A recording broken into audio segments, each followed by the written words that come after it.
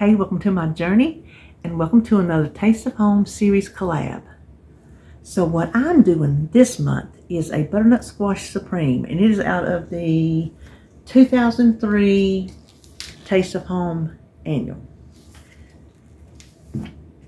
We picked it from, what category was it? Side dishes and condiments. So this was one that I thought we would give a try because I've only ever eaten butternut squash sweet. I learned what a butternut squash was back in the 80s when my mother-in-law at the time made pies. That's all I thought butternut squash was good for, was making pies, because that's all I've ever done with it. And then me and David, we found some and roasted it, and we're like, well, that's good, but we put cinnamon sugar on it. So it still was sweet.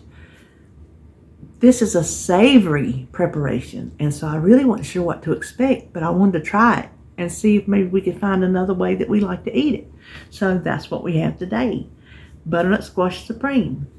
And be sure, when you get through with my video, to go over and watch Joan's and see what she's making. I know she picks something good, she always does. And I think that's all I know. So let's turn around and get started cooking. To start the squash, we have to cook the squash. I'm going to veer from the recipe because these things are so hard to peel. And when you've lost some of the strength of your hands, when I was younger, I had no problem because I always made butternut squash pies. So I made these every year. But as I'm older, they're harder to deal with. So this will be hard enough as it is. So instead of peeling it and cubing it and cooking it in water, I'm going to bake it in the oven, which is what I used to do a lot anyway when I was younger. I didn't always put it in the, but I'm going to cut off the little stem there. Now we're going to try to cut down the middle. You need a good strong knife. Oh, this one's going pretty good.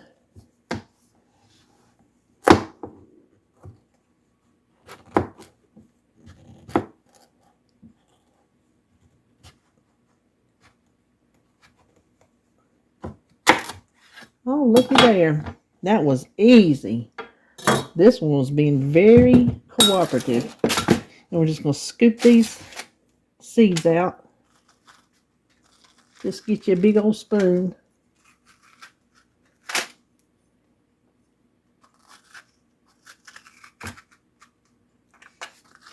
You can see,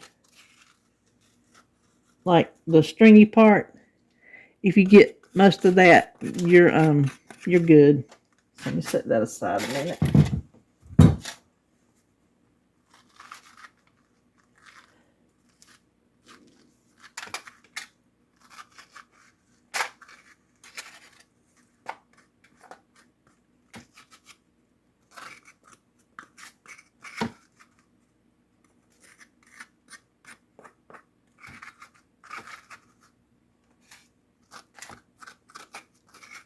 Okay, now what I'm going to do, hold on, let me get this up.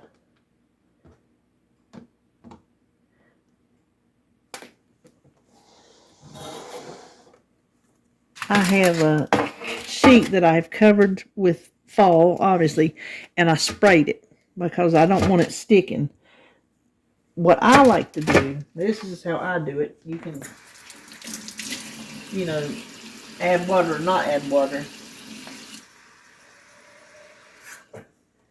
But I like to put a little bit of water in it just to help it steam it. And I'm going to put this in at 350. Oh, I don't know. It'll probably take an hour. But you check it when you stick a knife through it, especially the thickest part, wherever. If it comes out nice and easy, the skins will start turning dark. You don't want the flesh to brown, but sometimes it's going to. It'll just happen. But you want it good and soft because we're going to mash it. So let me pop this in the oven, and then I'll show you how we're going to scoop it out and mash it. Okay, so these only took 45 minutes, and I have let them sit here and cool enough to touch because they are scalding hot. I haven't even turned them over to look at them. Oh no, that looks really, really good. So I want to put that aside. I have a 2-quart casserole dish here that I sprayed, and we're just going to start raking out the squash. Oh, you might have to. Whew, it's still a little warm. You might have to do it little by little. But that's okay as long as you get it. Yeah, that's still a little bit warm. Be sure and let it cool off enough, because I didn't.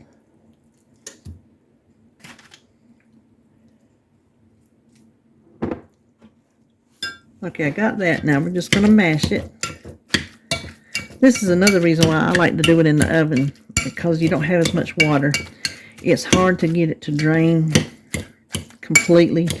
And when you make pies, which is what I've always made with it, that's the only thing I knew butternut squash was good for until I started the diet. No joke. It was just pies.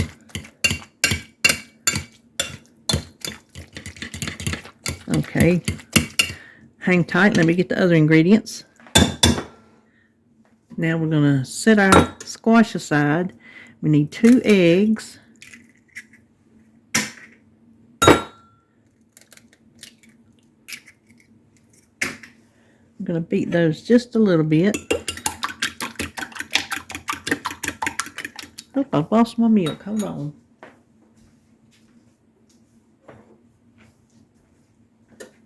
We need 3/4 cup of milk.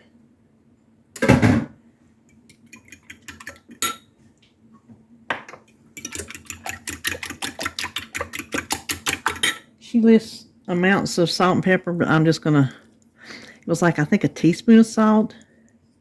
I'm just going to do this, and we can salt it at the table if we need to.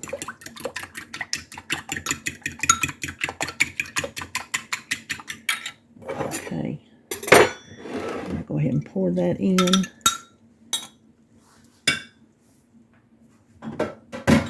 And we need a medium to small onion, and this is what I have in the refrigerator.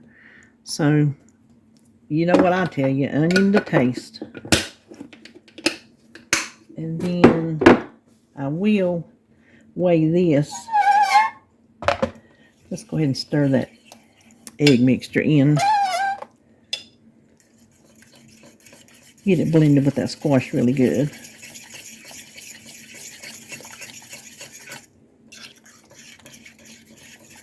Oh, I meant to tell you, 3-pound squash. You need 3 pounds of squash, give or take. I mean, if it's not perfectly on the dot, just as close to 3 as you can get.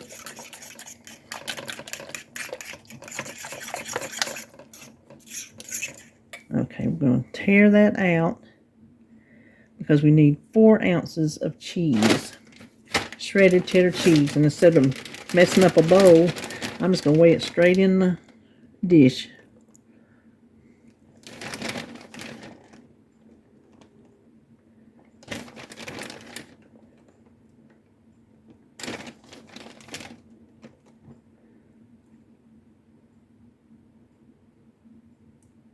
There we go.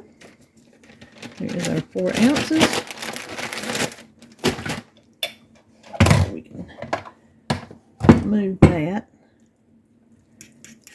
Definitely don't go smaller than a 2-quart baking dish, because that's what this is, and it's getting pretty full.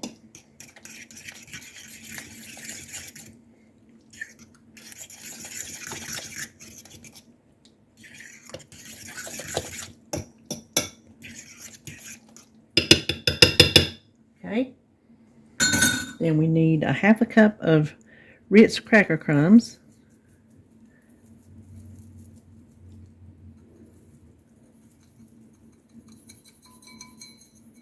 I already had these in a bag already crumbed. And then 2 tablespoons of butter. And I keep mine up here so it'll be nice and soft when I need it. And we're just going to dot that around.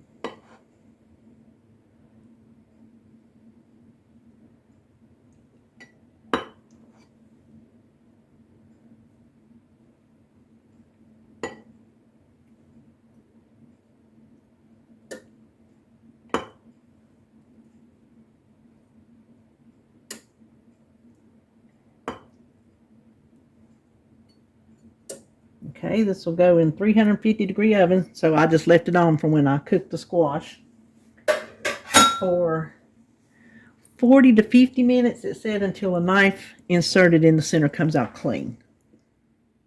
Here it is. I baked mine for 55 minutes. I put it on 45 minutes, and it didn't look quite brown enough, so I put another 10, and I think it looks really good. I put a knife in the middle. It's set. I've been letting it sit here about 10 minutes. And we're going to scoop some out and see. It smells delicious.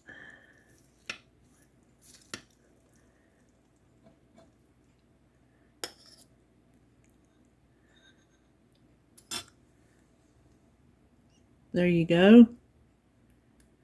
Now you can see that it's going to have to cool off a lot before I can taste it. So,